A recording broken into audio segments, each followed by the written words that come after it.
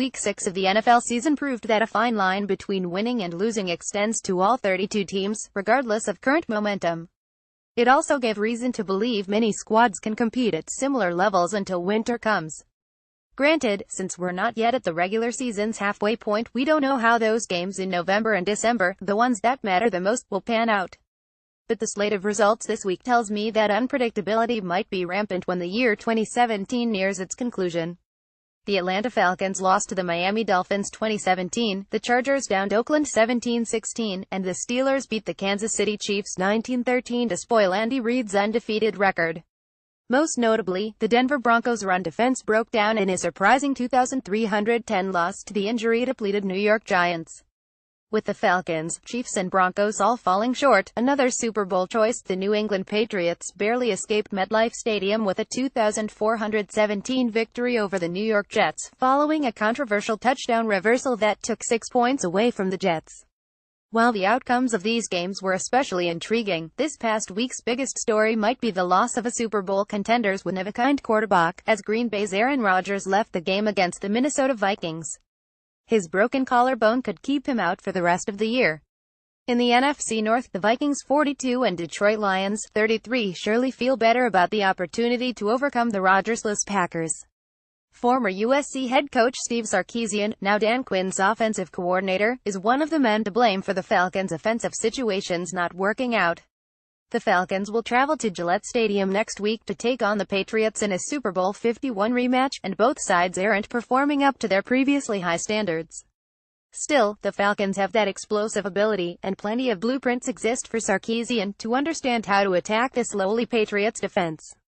Extra points being missed can completely alter the outlook of contests, as was demonstrated when Raiders kicker Giorgio Vecchio drilled his attempt off target in the fourth quarter. Chargers quarterback Philip Rivers then drove his team down the field for the game-winning field goal. Rivers finally had luck on his side, and Derek Carr returned to the field with a lackluster, 2-interception performance. You'd think with Carr at the helm, the Raiders would be able to emerge victorious, but then again, it's difficult to judge how effective he can be struggling through injury issues. Rivers, meanwhile, appears to have a ton of fight in him as he nears the end of his career. With the win against the Raiders, both Rivers and Co. and Jack Del Rio's crew have 24 records. The odds are probably more in the favor of the Raiders pulling out a playoff appearance, but if the Chargers are able to get running back Melvin Gordon going, I'm not counting the Bolts out.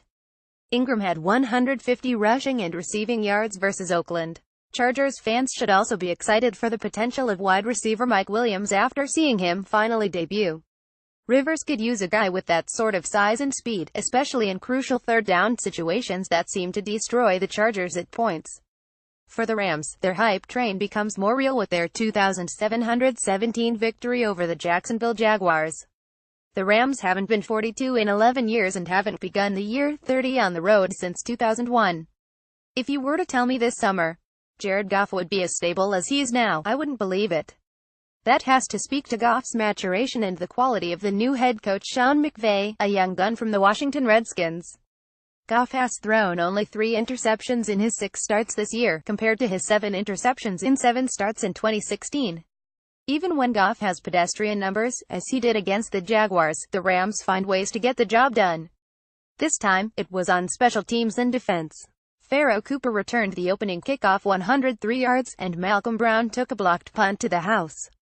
Defensive coordinator Wade Phillips has an unit that forces turnovers at the right instances. Jaguars quarterback Blake Bortles, picked off by nickel Robert-Coleman minutes into the fourth quarter, learned the hard way. Is this merely an opportunistic team early on in 2017, or do the surprising performances signal the Rams actually have a shot in the NFC? I strongly believe the Rams have chance within their division, the NFC West. The 49ers look like the bottom feeder, and the Cardinals, despite their strong play against the Buccaneers this past weekend, have displayed bouts of inconsistency. Mark your calendars for December 17th, when the Rams face the Seahawks for the second time. That game may decide the division champion.